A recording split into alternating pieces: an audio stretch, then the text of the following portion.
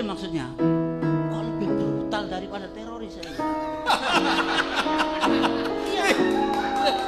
Kan gitu.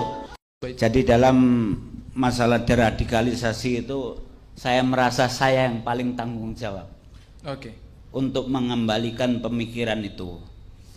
Oleh karena itu saya sampai konslet sama kakak saya Ali Gufron alias Mukhlas dan Amrozi plus kawan saya satu leteng di Afghanistan Imam Samudra ketika kami sama-sama sudah ditangkap di Mapolda Bali. Waktu itu saya ajak, ayo kita sadar, bom Bali kita niatkan untuk jihad. Kita harus ingat, jihad sejak zaman disyariatkannya oleh Allah kepada Nabi Muhammad. Kalau jihad itu kalah, pasti ada kesalahan. Nah, kita ini sudah ditangkap. Berarti artinya bahwa kita ini kalah. Bom Bali belum 1 bulan Amrozi sudah ditangkap. 3 jam kemudian saya DPO. Jadi saya ini yang disebutkan Amrozi, kedua setelah dia yang terlibat pelaku bom Bali. Artinya bahwa sekarang mayoritas tokoh pengebom Bali ini sudah ditangkap. Ayo kita sadari bahwa ini jihad yang salah. Tapi akhirnya tetap ngotot bahwa saya yang disuruh tobat. Ya sudahlah, akhirnya kita pisah. Akhirnya saya sejak itu mengkampanyekan untuk deradikalisasi. Nah, kesulitan saya sampai sekarang ini Mas, saya lakukan selama 17 tahun di penjara ini, tidak ada waktu sedikit pun kecuali deradikalisasi. Baik melalui media atau melalui orang besuk, selalu saya tekankan. Sampai pernah Nurdin M. Top sama Dr. Azhari ketika masih ada itu saya pesankan. Kasih tahu 2 orang itu, jangan melakukan aksi lagi. Ya, kalau masih melakukan aksi, jangan disalahkan saya kerjasama polisi nangkap mereka. Sampai seperti itu. Dan murid-murid saya, binaan saya, sejak pertama sudah saya kirimi surat, saya pahamkan. Alhamdulillah dari ratusan orang sampai sekarang nggak ada yang terlibat. Nah, ini permasalahannya. Nah, yang jadi ganjalan dalam deradikalisasi itu nyelenehnya beberapa tokoh.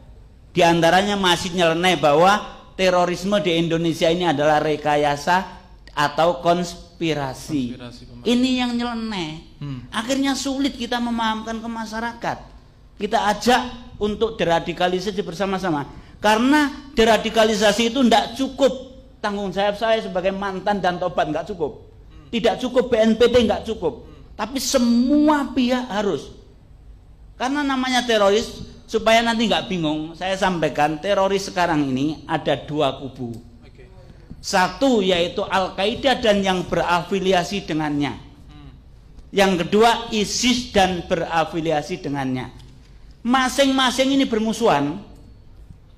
Bermusuhan 2 kubu ini kita harus bersyukur daripada bersatu. Kan gitu. Jadi supaya nanti tidak bingung, ada perbedaan. Nah, kami ini JI Darul Islam dan kawan-kawan ini afiliasinya tetap ke Al-Qaeda. Itu tadi supaya nggak bingung. Itu kami juga yang berafiliasi ke Al-Qaeda ini juga dimusuhi oleh ISIS. Jadi yang pertama dijadikan musuh oleh ISIS itu justru jihadis atau teroris yang afiliasinya ke Al-Qaeda. Nah, seperti ini tantangan. Oleh karena itu bahwa kita yang cinta NKRI ini harus semua pihak harus terlibat dalam deradikalisasi. Kalau yang misalkan belum tahu caranya bagaimana, monggo sowan besok saya ke Rutan Narkoba Polda Metro Jaya. Saya akan terima, saya akan kasih resep-resep bagaimana di masyarakat untuk menghadapi ideologi mereka ini, baik yang ISIS ataupun yang Al-Qaeda. Oke. Tentang intoleransi dan anti keberagaman itu, saya sebagai teroris itu justru kaget.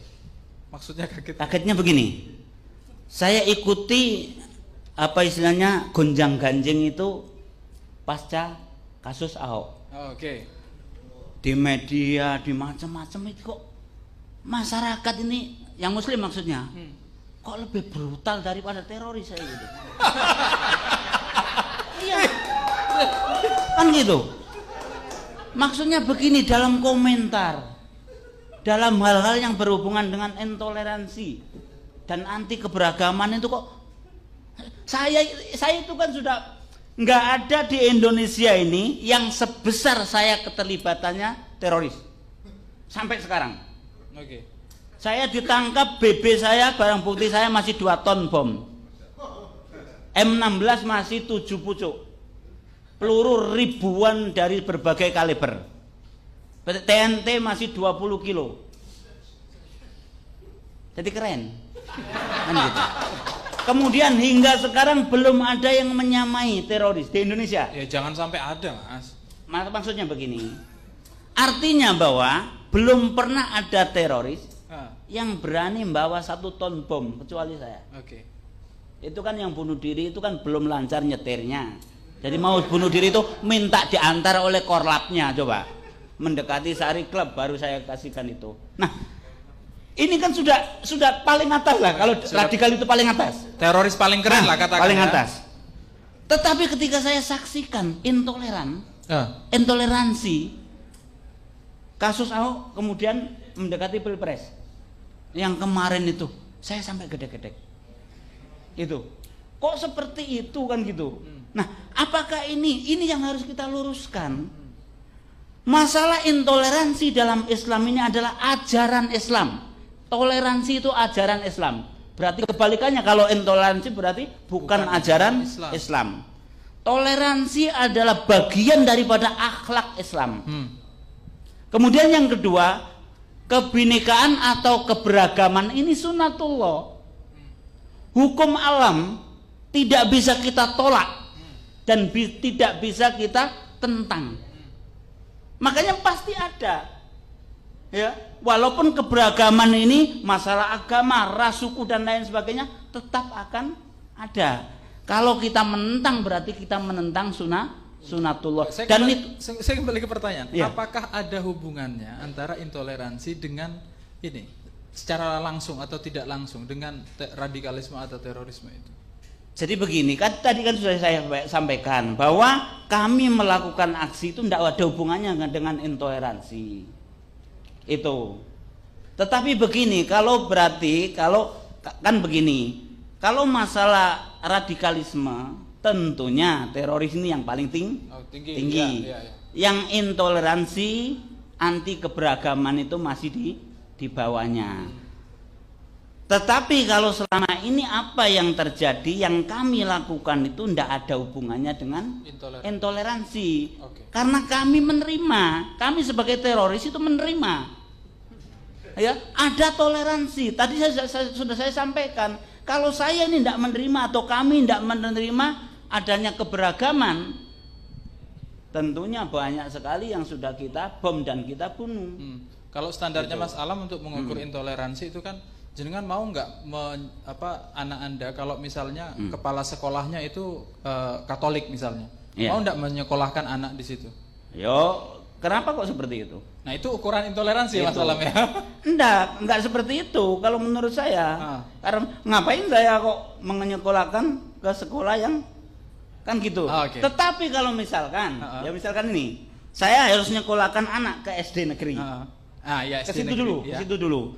Terus kebetulan kepalanya ini Kepalanya ini non muslim, ya tetap saya sekolahkan. Clear Mas Alam. Itu makanya takkan tadi saya sudah sampaikan, saya lihat intoleransi di negara kita ini kan gitu. Saya ini teroris kok melihat intoleransi sama anti keberagaman, saya kaget itu. Ini yang harus kita luruskan bersama-sama.